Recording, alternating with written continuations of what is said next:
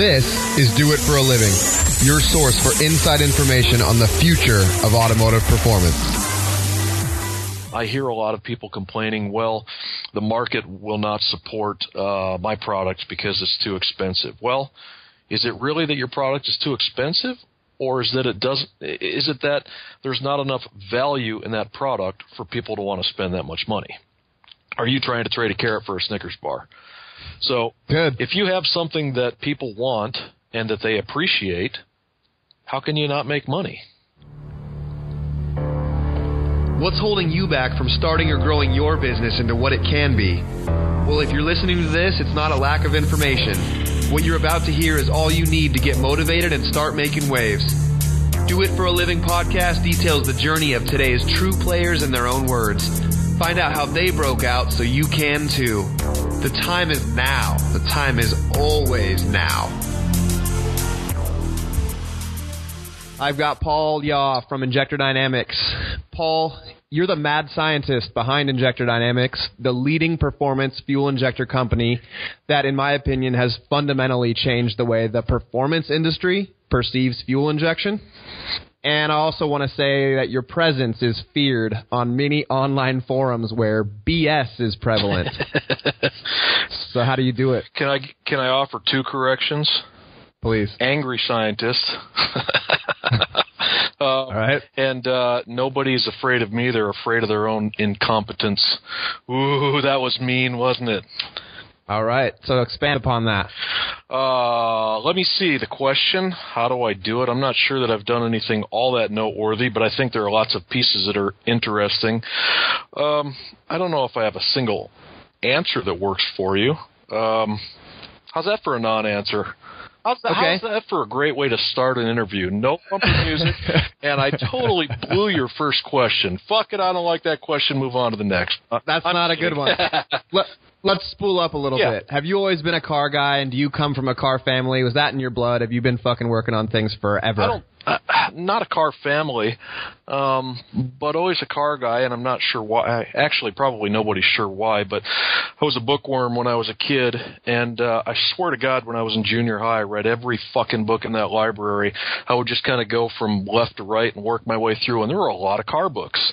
I mean, an awful lot of books about, a 16-year-old getting his first car and drag racing and raising hell and modifying the car, and of course they look cool, so I guess I've always been a car guy. So what kind of stuff are you, when you were a kid, that you were interested in? What were you reading? You said left to right, but specifically, what got you going? On cars, you mean? On cars, what interested you? Everything that I didn't understand, which was a lot of stuff. What did interest me? Electronics, audio, cars, anything related to any kind of science. I guess anything that could ultimately be described mathematically at the end of the day. Meaning I wasn't that interested in psychology, for instance. I might have made it through a chapter of a psychology book and said, well, fuck, this is stupid. I can't make any sense out of this. But anything technical in nature, I always felt like as a kid I would get this wow moment whenever I figured something out. Like, oh, my God, that's how it works. I get it. So that was the kind of thing that excited me. And you've mentioned, when I've asked you before what matters, you've said measurable results.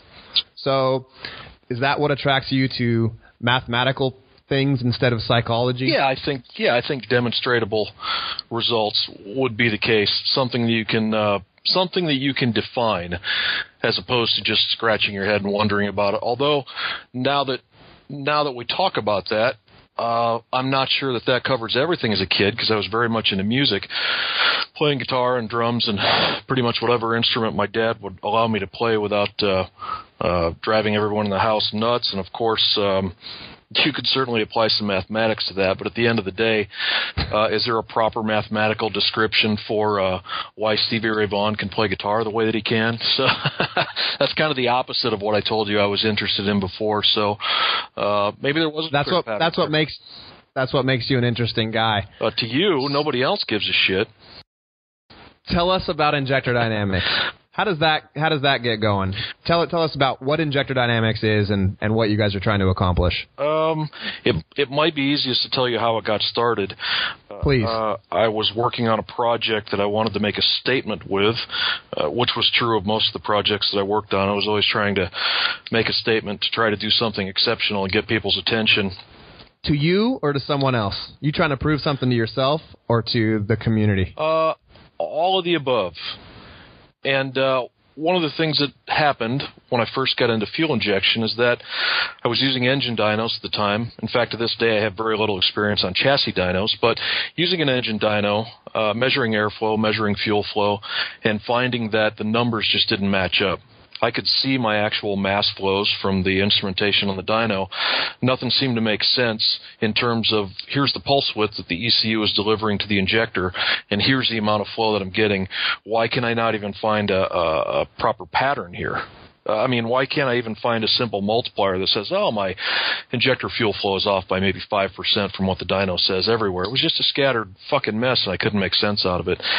And I realized that the injectors don't do what it is that you think they do, and so I did a lot of asking and got a lot of nothing answers where I would try to get some details about injectors from people in the business, and you would either get blank silence at the other end, crickets chirping, or they try to make you feel stupid for even asking. What are you trying to figure out?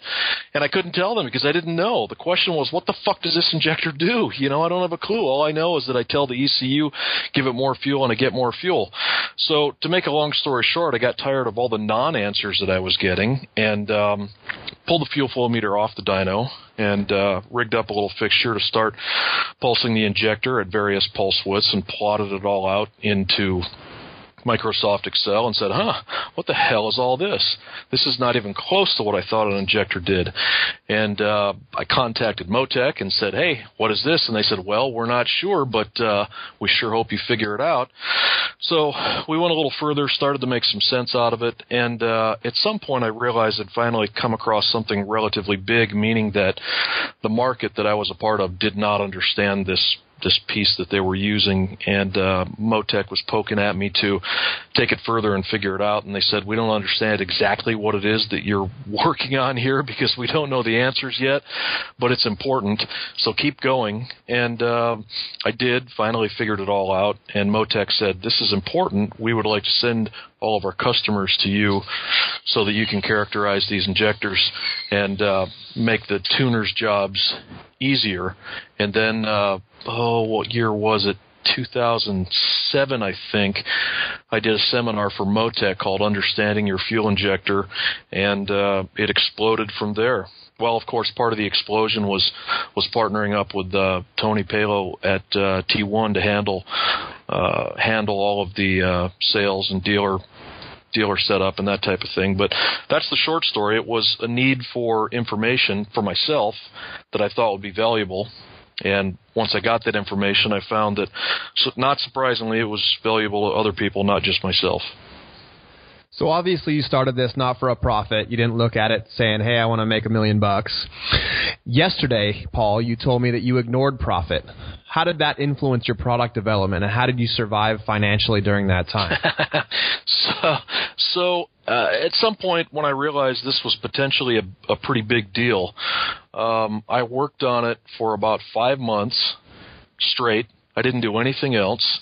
I was so sleep deprived during that period of time that I don't remember most of it, but I do have all my notebooks from that period, and it's kind of funny to look at that and see all the things that I got wrong in the initial process.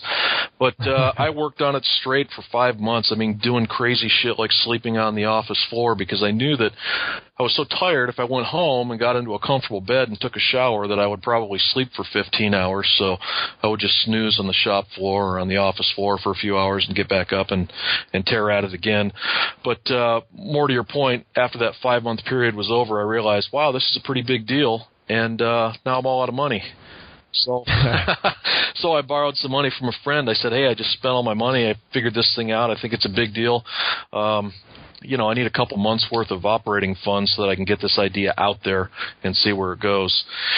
And he gave me some money, and here we are. So I'm trying to find a common thread between all these different people that we're talking to, and there's two things that I've noticed so far. And one of them, surprisingly to me, is a lack of self-doubt. And the second one is people are willing to do whatever it takes. Like you're sleeping on the shop floor. Yep. And going broke and knowing I was going broke the whole time. Right. So how do you stay motivated? What's the point? I knew it was something. Well, let me go back a little ways. For years in business, I had been not worried about money, not worried about profit. As long as my bills were paid, I wasn't concerned. And it was about my 36th birthday where I realized that I was closer to 40 than 30, that I freaked out and said, holy shit, I might need to retire someday. I might want to have a kid. What the fuck am I doing? And I started thinking about how I could make money instead of traveling from one racetrack to the next and worrying about track records. It was time to grow up. Anyway, so the motivation came from the fact that this was something that I could do in volume. It had been building for a few years. I had to do something different, and I realized that this was it, and it was worth putting the effort into because the volume was there. But in terms of trying to find a common thread between people who have managed to accomplish something, however small or big it may be, I would say the common thread is focus. Focus? Yeah. Not determination, but staying on one thing. Well, the determination comes from the focus. Everything comes from the focus. I mean, look, let me just throw something at you.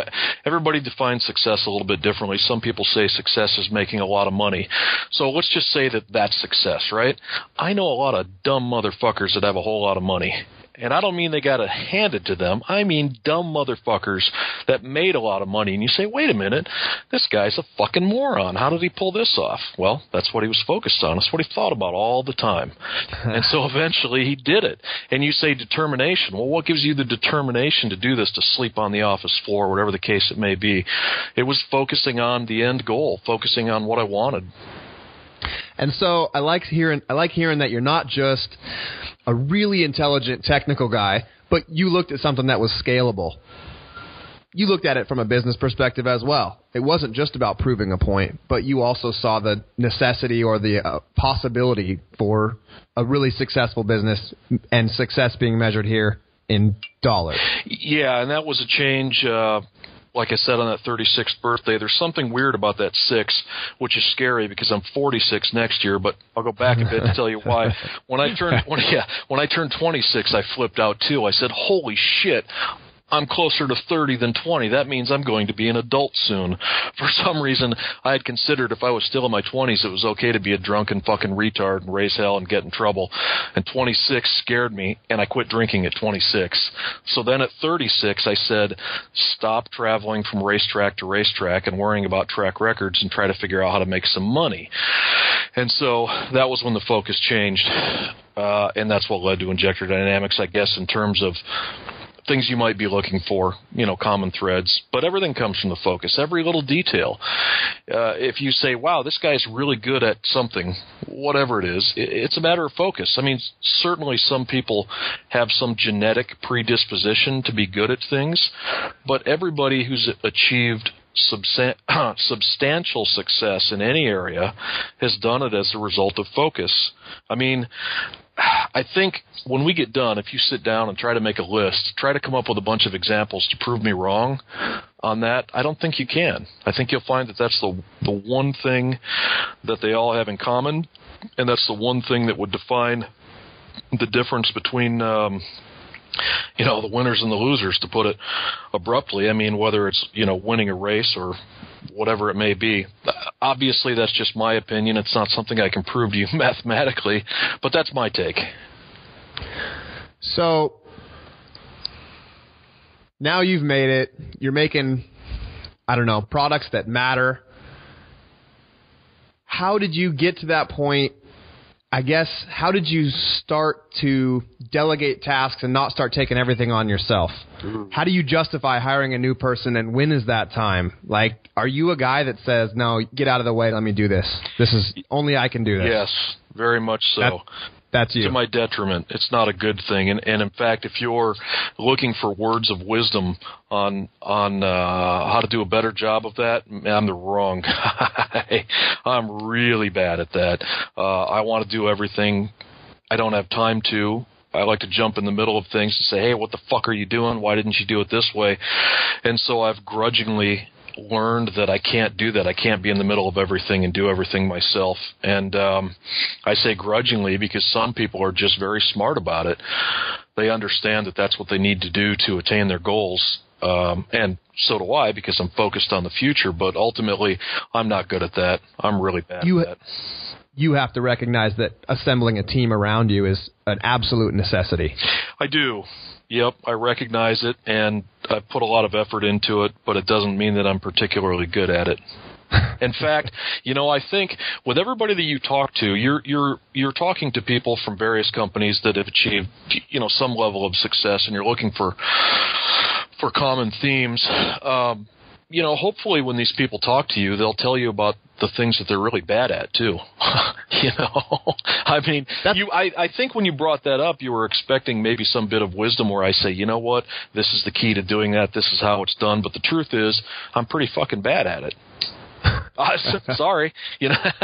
I'd say that we learn more from failure moments and bad experiences than anything else. So this is a perfect transition into the worst experience that you've had in business. I can imagine that if you're jumping in the middle of a project when you've given it to one of your guys, and now you jump in and you say, what the fuck are you doing? Why are you doing it that way? You get a lot of kickback.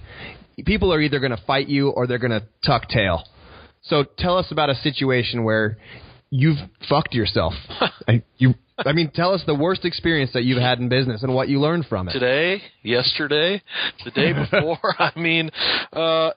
There's got to be one standout moment where you made a mistake and you learned something from it that maybe really was an aha moment. There are a lot. But the fact is, the worst one, and I'm not even sure what that is, but the worst one would be too embarrassing to tell. Seriously. Oh, no. I don't want to come out and say, you can't do that. Okay, but I'll give you. You got to do it. I'll give you one that people can relate to, and give us one that really matters to you. Okay. The real deal. Like put it out. Put your heart on a plate. ID 1600. Remember that? Remember that thing that we took back off the market? That cost me in excess of $250,000 fucking dollars. Here's how that went down. As you know now, that injector had horrible temperature sensitivity problems. And if you got the injector up in the neighborhood of, or fuel temperature in the neighborhood of about, I think it was about 160 degrees F, which is really high, it would cut the flow in half. The point is that as the temperature increased, the flow went down. And so when we first started playing with that injector, all of the testing was done on my test equipment, which runs at 125 F.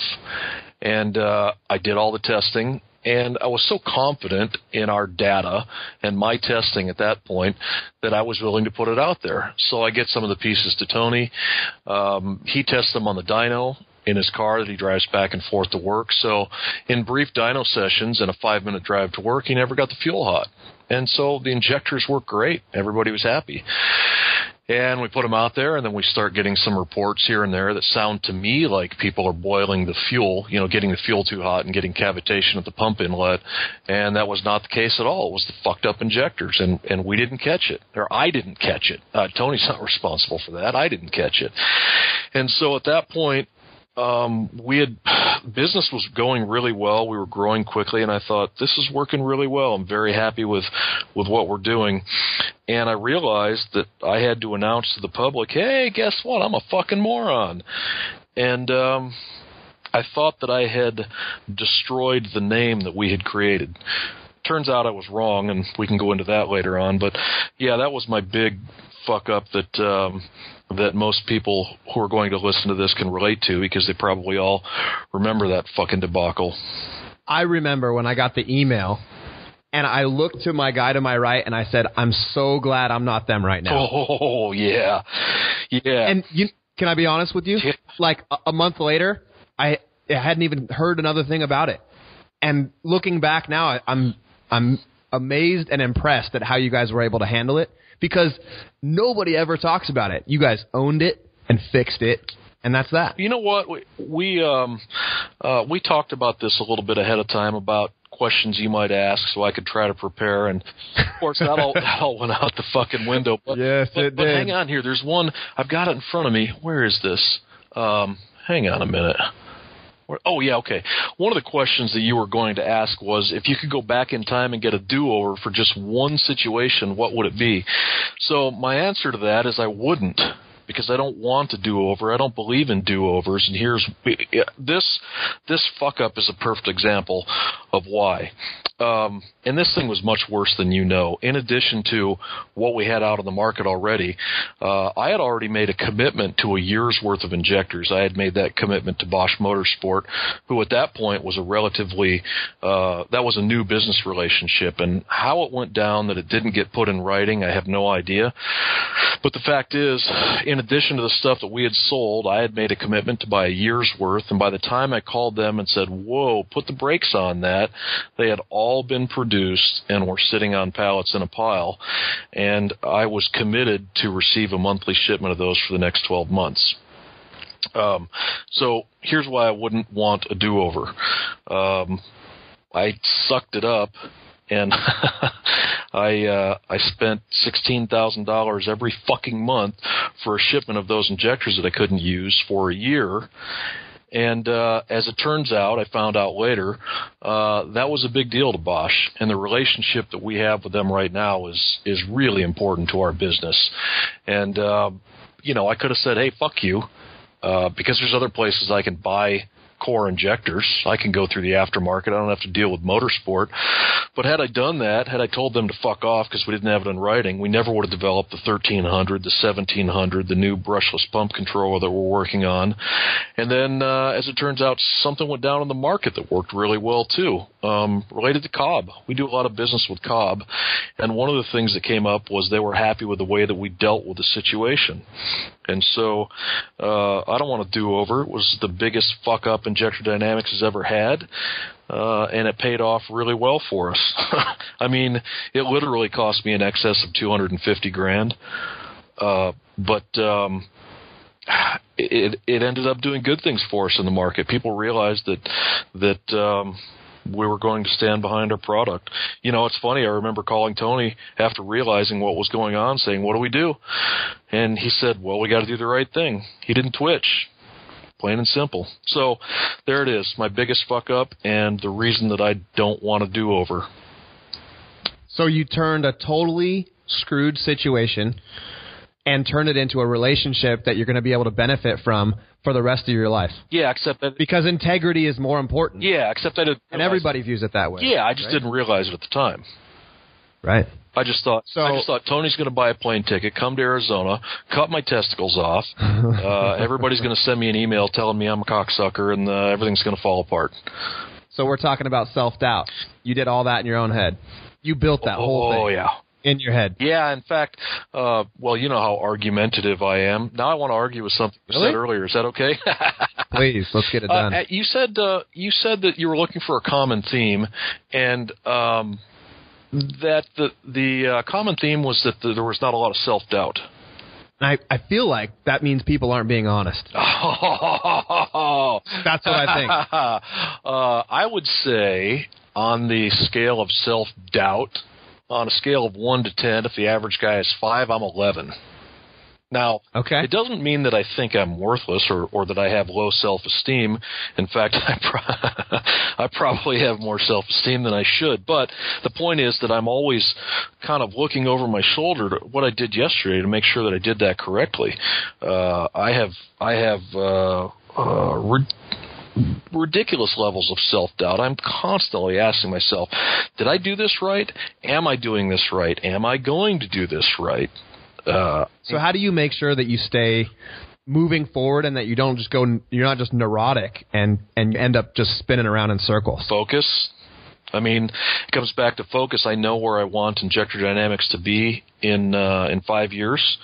And so, because I'm focused on that, all of my actions, everything that I do, is directed towards meeting that goal.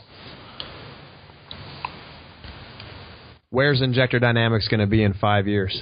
Well, What's your goal? Like, what's the thing that drives you? You wake up in the morning, you're going to work for X number of hours. What are you looking for to accomplish? Well, in strictly business terms and numbers, I want to triple our revenue by the year 2020.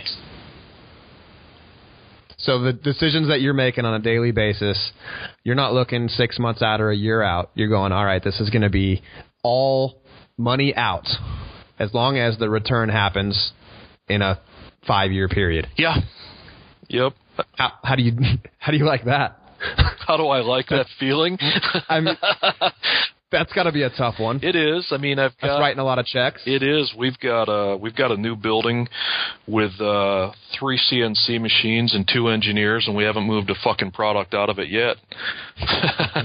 And it'll be the end of the year before that facility is generating income. So, I mean, yeah, it makes my nuts shrivel up a little bit. But what else am I going to do?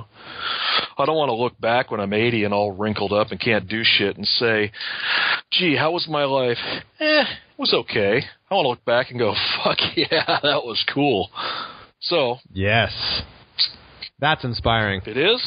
That's what I like to hear. How old are you? I want the same thing. I think now? I'm 31. Holy shit. Man, I wish I was 31. I'm old. Yeah. So I'm starting to realize the same thing. I turned 30. Okay, now I'm 31. Holy shit, I'm an adult. Now, yeah. Well, yeah, what's going on? What have I accomplished? What's going to happen in the next 5 years? And I'm like, not enough. Yeah. So, I got to step out of my comfort zone on a daily basis. Yep. I got a knot in my stomach. Yep. And people ask me, you're cool doing these things? I'm scared out of my fucking mind, but I don't give a fuck. I'm going to do it anyway. And you're honest enough to admit it. So let me ask you a question. When you've got a race car, when you're sitting there, I was going to say grid. You don't have grid. You're a drag racer. You get nervous beforehand? Oh yeah. I'm not going to tell you what I don't do. Right. But yeah, absolutely. I start singing a stupid fucking song. I'll sing it out loud. I'll sing the stupidest song out loud because, I don't know, that works for me. So I find, oddly enough, I just started going to the track again just recently. When I say going to the track, I mean driving a car. And I find myself, oddly, even nervous before I go out. And I'm not even racing. I'm just running a fucking street car on a track day. And probably the reality of the reason I'm nervous is that I'm always a little bit out of control and probably pushing harder than I should. But the fact is, I'm always tense before I go out. And it's not even a real race. And I haven't done any boxing in a couple of years because I fucked up my shoulder. But, just sparring. Some new guy shows up from another gym or whatever the case may be. I'm fucking scared to death. But that doesn't paralyze you, right? No, you got to suck it up and do it. But my point is self-doubt. There's plenty of it. I actually don't. Man, I don't believe that anybody is lacking in self-doubt. I don't buy it. I agree. Now, at the same time, I don't want to make it sound like I'm being critical of them for not admitting it, because for a lot of people, part of dealing with it might be not admitting it. That may be how they cope with it. Fair enough. So. Anyway, so how the hell I want to onto that? We're going to go down all kinds of little rabbit holes. So, Paul, we were just talking about some bad experiences, and you managed to turn a really bad experience into a really positive experience that you're able to benefit from. And like I said, you're building relationships with these guys and offering something to them and getting something in return. But now I want to switch gears a little bit, and I want to talk about a project that you're most proud of. So this is the proudest moment that you've had in business, and what was that all about? In business. Have you ever looked at looked back over the last few years and had one thing that, you were like, look at that. That's what you would tell people about. Look what I did. Yeah, that's pretty easy, actually. For me, that's the ID 1300. Not that many people know what it is, mostly because I don't know if it's a personality thing or if Tony and I are just too busy to do it, but we don't do a particularly good job of describing some of the things that go on in the background and our relationship with Bosch Motorsport. But the short story is the ID 1300 is a clean sheet design, and we developed that injector in partnership with Bosch Motorsport, and we did it specifically to meet a goal, which was there were a lot of instances where people were running ID 1000s. They would switch to E85. The injector was just not quite big enough, and they'd end up stepping up to the 2000.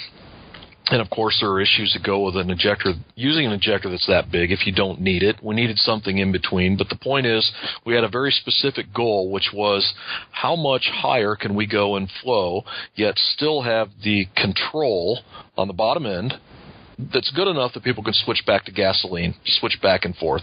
Basically a dual-use injector.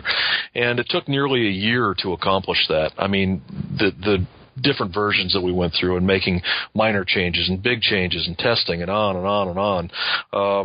The end result is that that's a very, very popular injector now, and we get rave reviews about that thing all the time. And what makes me proud, here's what makes me proud, being an unabashed capitalist, is that people that buy that injector are happy that they spent the money. Meaning, and it's not a cheap injector. No. In fact, well, we won't go into that story, but that injector ended up costing about twice what it was supposed to. It just didn't go as we planned, but it's good enough that it can be expensive, and we still sell the shit out of them. And the people that buy them are happy to buy them. Yeah, they're expensive, but they work, and people love them because of the way they work. Or how well they work, I should say. So that's a big one for me. That's my biggest thing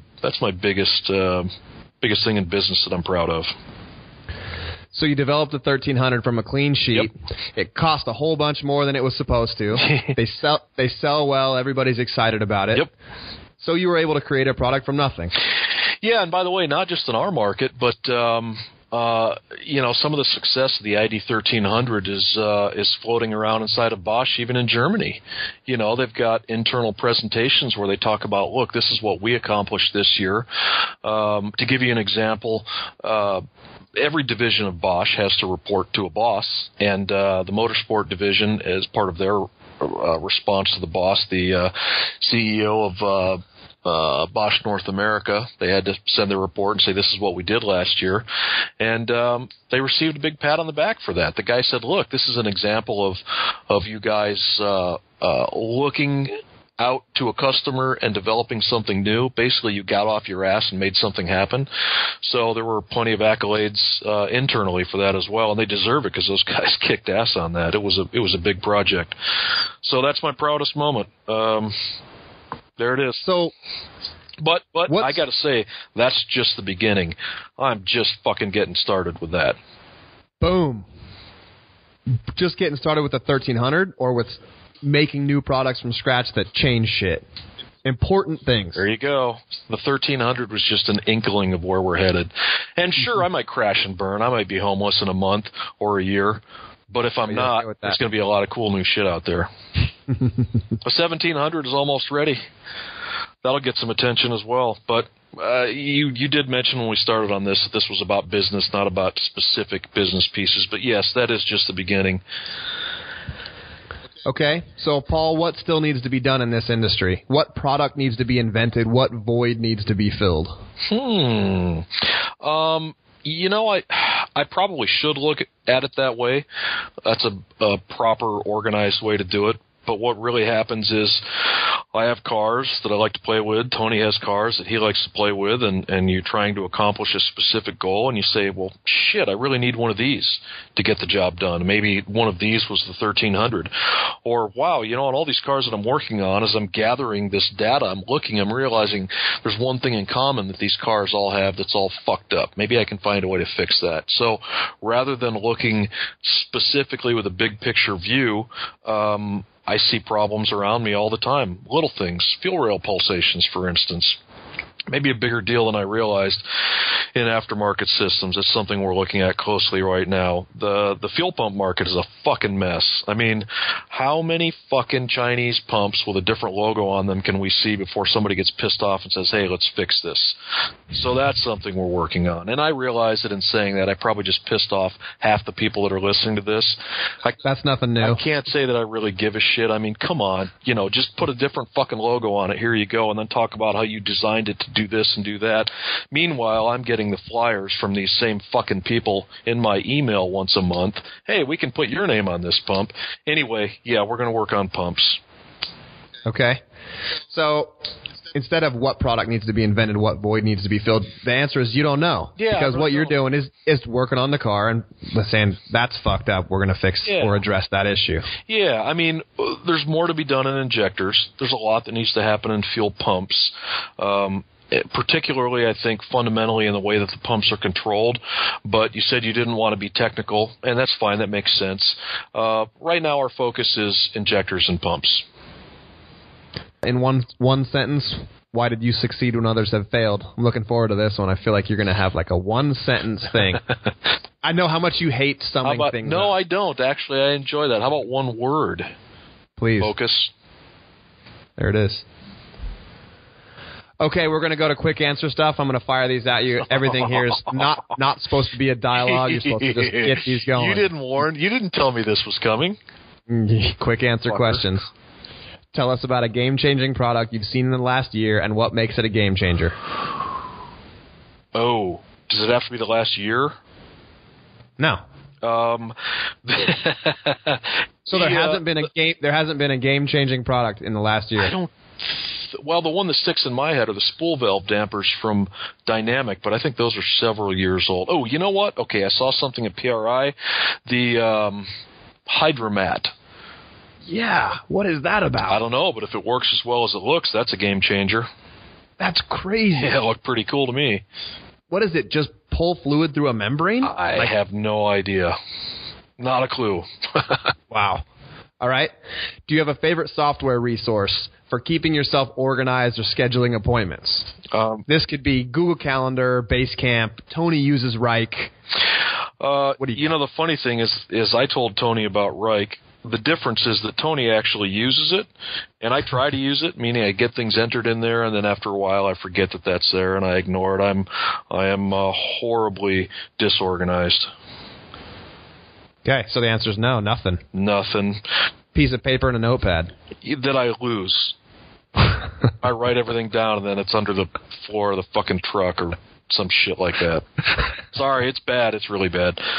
No, that's the truth. That's what we're looking for. Do you have a favorite app? I know you're the technology mogul, right? I don't use apps. The problem is I've got these big fucking sausage fingers and this little tiny phone. It drives me nuts. In fact, these days I can't even see the fucking phone without my reading glasses anymore. So my favorite piece of software of all time ever is Microsoft Excel. Okay. How about a most useful tool? This could be something fancy like a picoscope. Microsoft Excel. Microsoft Excel. Yep. Okay. Or my brain. How did you spread the word about what you have to offer? I didn't. Motec did. Okay. And, well, actually, to be fair, Motec started, which got me in touch with Tony, and Tony spread the word. That's more accurate. I didn't do it myself. I'm not particularly good at it. Fair enough. So we already talked about the do-over, and we covered that perfectly. What's the future of automotive performance? Ooh. Is everything going to be direct injected? Is everything going to be a hybrid? Eventually. And in fact, we were looking real hard at direct injection, even working on some stuff, and realized that the market's just not there yet. Not just in terms of numbers, but understanding. It's pretty complex stuff, and truthfully, for any good thing to happen with direct injection, the people that are doing the calibration work, the hot rod shops, they're really going to have to pick up the pace to be able to keep up with it. Now, the other thing that's important to keep in mind for direct injection is that the ultimate power potential is still pretty low. You just can't move very much fuel. You know, you have a window of about 25% duty cycle to effectively inject fuel, and whereas we can comfortably run up into the mid-90s with port injection. So look at it this way: with port injection, we can inject fuel pretty much all the time, 720 degrees. Right. With DI, we are limited. Well, not limited, but practically 180 degrees is a good window to fit that within. So there are big limitations there. And for that reason, I don't think that DI is going to take off and change the world. I mean, consider this. It's still in its infancy at the OE level. Certainly they're doing things well, but they're not all doing it well. I mean, you've heard about carbon buildup on the back of the valves. There's crazy carbon buildup. I've worked on a lot of things with just 30,000 miles, and it's ridiculous. I'm not saying that DI is bad by any means. I'm just saying that I believe it's in its infancy, even at the OE level. So when I ask you about the future of automotive performance, and I suggested direct injection, one thing that comes to mind is everything now, like for example, let's take the new NSX. Yeah. It's got electric motors on each front wheel. It's direct injected. To work on that car, it's not going to be your garage. You're not going to be able to take it to your local performance shop. Yeah. That's what I mean by the future of automotive performance. How's that going to change as far as, is everything going to be, there's going to be one shop that manufactures and really knows this platform, and you have to go to them? I don't know. I wonder about that a lot. I really don't know how it's going to go. I suspect that to some degree, people's expectations are going to be lowered. And what I mean by that is I've got, actually the car's parked right outside the office right now, a 2007 Shelby GT500, and the guy that I got it from said it drives like stock. I wasn't too concerned, but that was what he said, and there's no fucking way that thing drove like stock, not even close. I hear it a lot, but the fact is it wasn't even close to driving like stock, and people have come to accept that when they want to modify their car, it's okay to make it a piece of shit to some degree. So I think some of that's going to happen, but you know, the reality is for big power stuff, DI is not a player for a long, long time. When I say a long time, I mean, you know, I don't expect anything big to happen for 5 years. Okay. But of course, that's an opinion, not a fact. So you'll have to kick that around and decide what you think of it. Well, I guess time will tell. Yeah. So, Paul, finally, what's the future for you and for your company? I guess we already talked about that a lot. We did. Yeah, the future for us, growth, and I can't even define exactly what that's going to be, except that whatever it is going to have value, real value, and I think that I think the idea of, let me talk about what you're doing for a minute. You're trying to look at people who have had some measure of success in our industry, and you're trying to find a common theme or trying to find things that those people have done well or poorly so that the people listening can learn from that. Is that accurate? That's absolutely accurate, so that everybody that's trying to do significant things and add value to the community have somewhere to look to find that information. Well, I think that it's worth pointing out that I figured out that making money is easy. You're going to laugh, but it is easy. Here's what I mean.